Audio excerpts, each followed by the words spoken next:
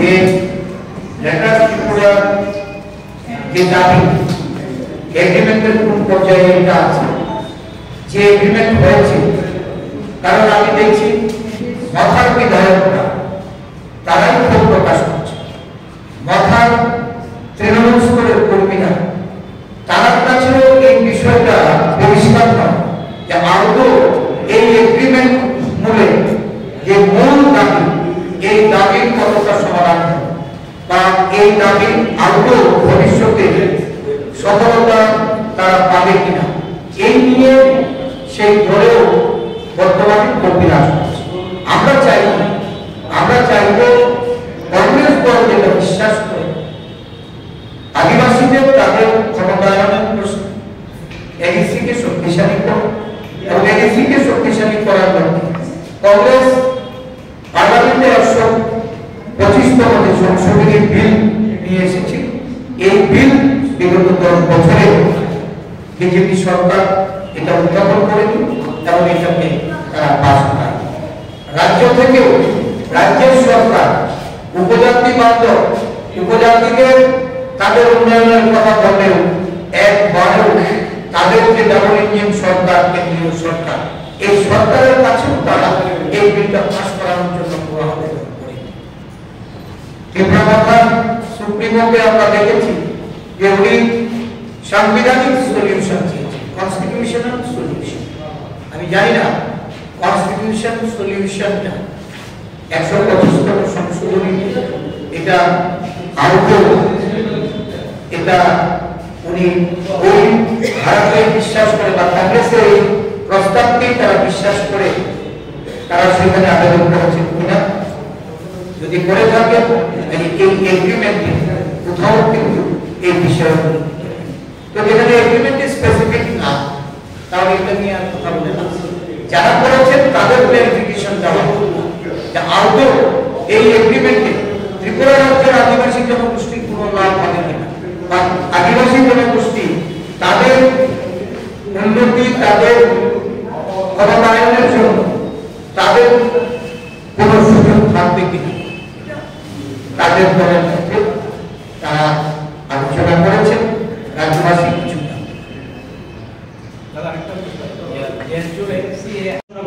আপনি নিজেই প্রার্থী, এক্ষেত্রে পূর্ব আসনে আমার তো ইন্ডিয়া জুড়ে হয় কি বলে দেখুন, একটা আমাদের সর্বভারতীয় স্তরে একটা অ্যালায়েন্স কমিটি গঠিত হয়েছে, যার নেতৃত্বে আছেন আমাদের মাননীয় সাংসদ রাজ্যসভা মুকুল বাসনিকজি। উনি ইন্ডিয়া জোটের সমস্ত জোট সঙ্গীদের সঙ্গে কংগ্রেস দলের তরফে বিভিন্ন রাজ্যে সেখানে জোটের ধরন কি হবে এবং জোটের মাধ্যমে নির্বাচনী লড়াইয়ের যে প্রস্তুতি, এই প্রস্তুতি সম্পন্ন করে চলেছে। আমাদের Congress election committee, central election committee পশ্চিম আসনে প্রার্থী বাছাই করে প্রতিনিধি নির্বাচন করেছে। পশ্চিম আসনে আমাকে মনোনীত করে প্রার্থী হিসাবে ঘোষণা দেওয়া হয়েছে।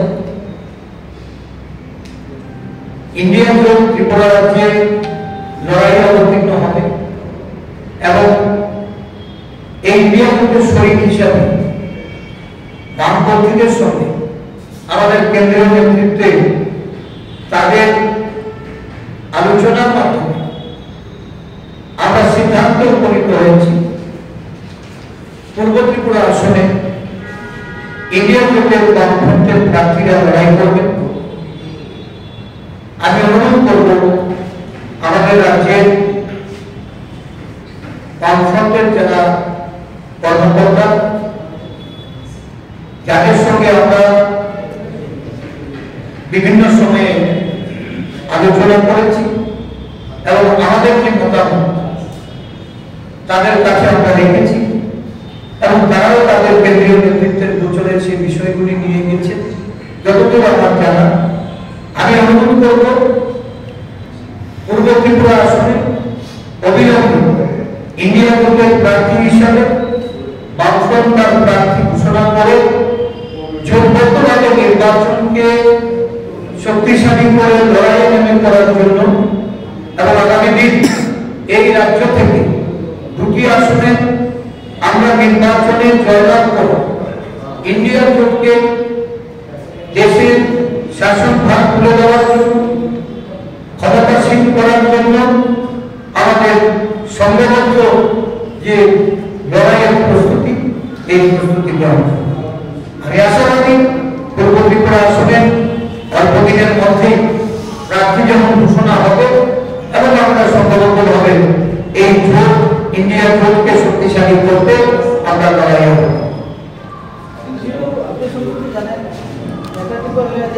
এই নির্দেশকে কেন্দ্র করে বর্তমান শাসক দলের দিকে আঙুলে তুলে দেশব্যাপী একটা জনমত তৈরি করার লক্ষ্যে এগোচ্ছে দেখা গেল কালকের দিনে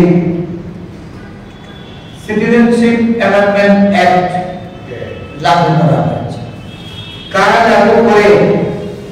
সারা দেশব্যাপী আজ থেকে প্রায় 4 বছরের যে বিল পার্লামেন্টে পাস করার সুবাদে লাগু করার ক্ষেত্রে দেশব্যাপী একটা আন্দোলন গণ আন্দোলন তৈরি হয়েছিল যারা এই আইন চালু করার ক্ষেত্রে নিজেদের সরিয়ে ফেলেছিল পিছিয়ে দিয়েছিল এই নির্বাচনের প্রাক্কালে আবারও এই আইন লাগু করে সংবিধানের অবমাননা করে কারণ ভারতীয় সংবিধান কখনো ধর্মভিত্তিক এই ধরনের কোন নাগরিকত্ব এটা আলাপ করে ভারতবর্ষের প্রতিবেশী 3টি রাষ্ট্র বাংলাদেশ পাকিস্তান আফগানিস্তান সেই সমস্ত দেশে যারা সংখ্যালঘু হিন্দু শিখ বৌদ্ধ জৈন পার্সি এবং খ্রিস্টানদের তাদেরকে ভারতবর্ষের নাগরিকত্ব দেওয়ার কথা বলে যে আইন পাস করানো হয়েছে দেখা গেছে ভারতবর্ষে এই ডেমোগ্রাফি ভারতবর্ষের মধ্যে এই নাগরিকতার যে অসাম্যতা তৈরি করে একটা অংশকে বাদ রেখে যারা এই নাগরিকত্ব আইন চালু করতে চেয়েছিলেন এই সমস্যা সারা দেশব্যাপী যখন গণ আন্দোলনে পরিণত হয়েছে আমাদের ত্রিপুরা রাজ্যেও এই নিয়ে আন্দোলন হয়েছে এই রাজ্যে একটা বিরাট অংশের মানুষ একসময় উপজাতিরা এখানে সংখ্যাগরিষ্ঠ ছিল 51 এবং 71 পরবর্তী সময়ে এই রাজ্যে মাইগ্রেটেড হয়ে বা ইনফ্লাক্স হয়ে একটা বিরাট জনসংখ্যা দেখা গেছে যে এই উপজাতি জনগোষ্ঠীদের ছাড়িয়ে দিচ্ছে এবং যখন এই নাগরিকত্ব আইন সংশোধনীর নামে এখানে যখন এটা গৃহীত হচ্ছিল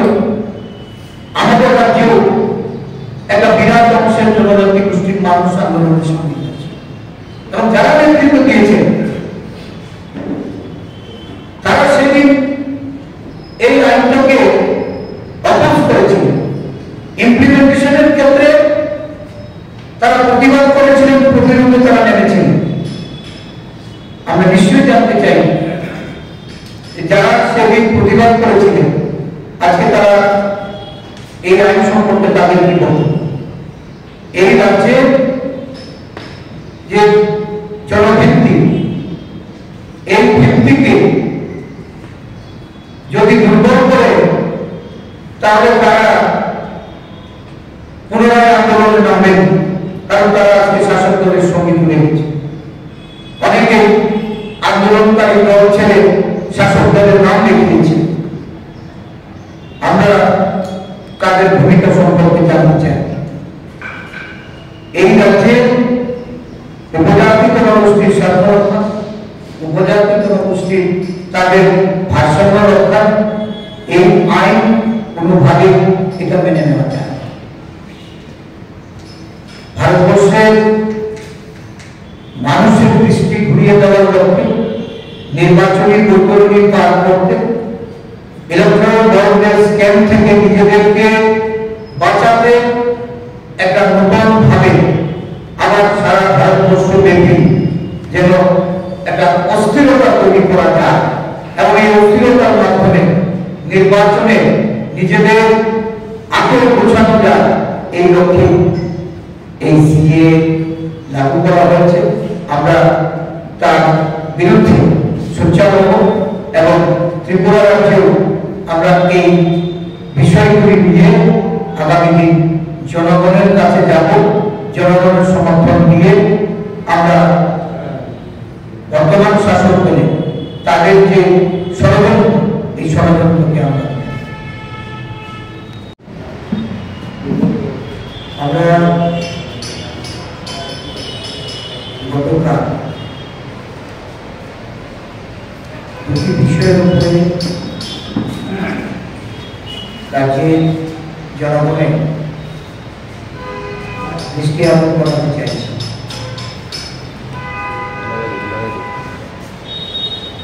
দেশের সর্বোচ্চ কোর্ট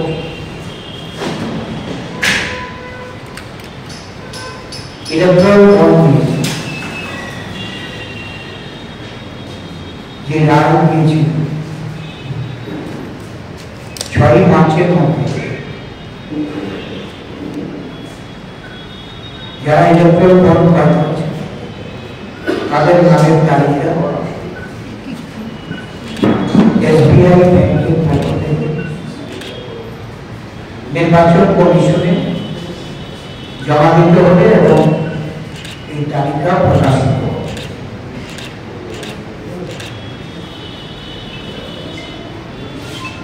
নির্ধারিত দিনের আগে 4 মার্চ এসবিআই পুনরায় সুপ্রিম কোর্টে আবেদন প্রায় 4 মাসাধিক 30 জুন সময় পেয়েছে।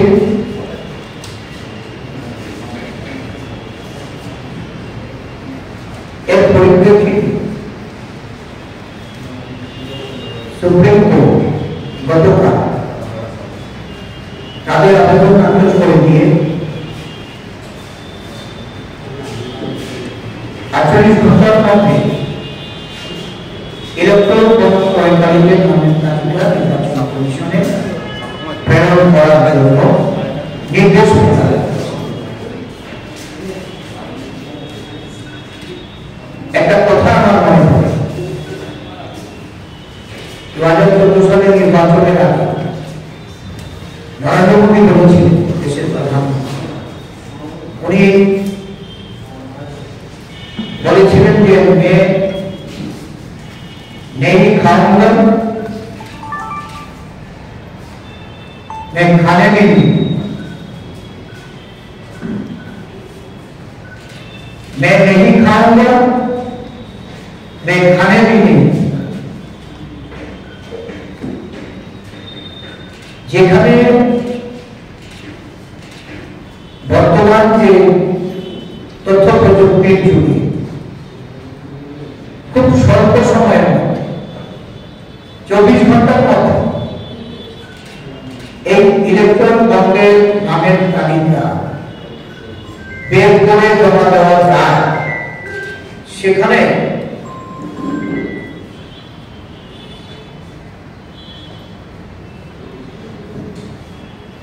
चार मास কেন সময় চাও? এসবিআই কর্তৃপক্ষ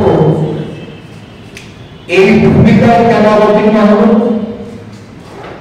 কাদের বাঁচাতে চাইছে? এই নামের তালিকা যাদের নাম অন্তর্ভুক্ত আছে, নাম প্রকাশ হলে সময় বিপদ তাদের কারাদণ্ড ক্রয় করে অনৈতিকভাবে বিভিন্ন সুযোগ সুবিধা আদায় করেছে, কাদেরকে নানাভাবে ক্ষমতা প্রয়োগ করে বন ক্রয়ের মাধ্যমে অর্থ হাতিয়ে নেওয়ার সুযোগ দেওয়া হয়েছে। এই লিস্ট প্রকাশিত হবে আগামী 15 মার্চ। আমরা মনে করছি যে এটা দেশের মধ্যে একটা অন্যতম বড় আর্থিক কেলেঙ্কারি, ইলেকট্রল বন্ড স্ক্যাম। এটার নাম প্রকাশ হলে দেশের মানুষ জেনে যাবে যে কারা কোন রাজনৈতিক দলকে কি পরিমাণ অর্থ প্রদান করে নানাভাবে অন্যায়ভাবে অনৈতিকভাবে আর্থিক লাভবান হয়েছে বা নানাভাবে অর্থনৈতিক যে স্বেচ্ছাচারিতা এর মাধ্যমে এই অর্থ বিনিয়োগ করা হয়েছে, অর্থ লুণ্ঠন করা হয়েছে। এই আর্থিক স্ক্যামের বিরুদ্ধে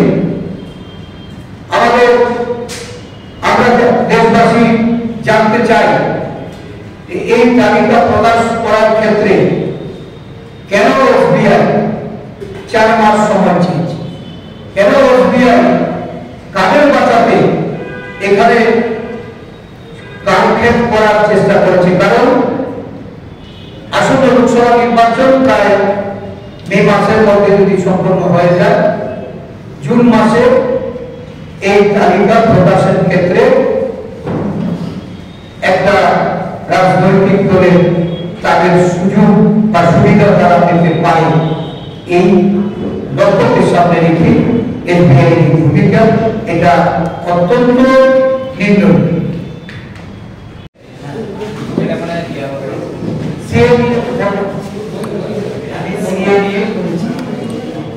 আমরা এই বিষয়টা এই নির্বাচনের প্রাক্কালে ঘোষণা করে নির্বাচনে ইলেকট্রাল বন্ডের যে স্ক্যাম, এই স্ক্যাম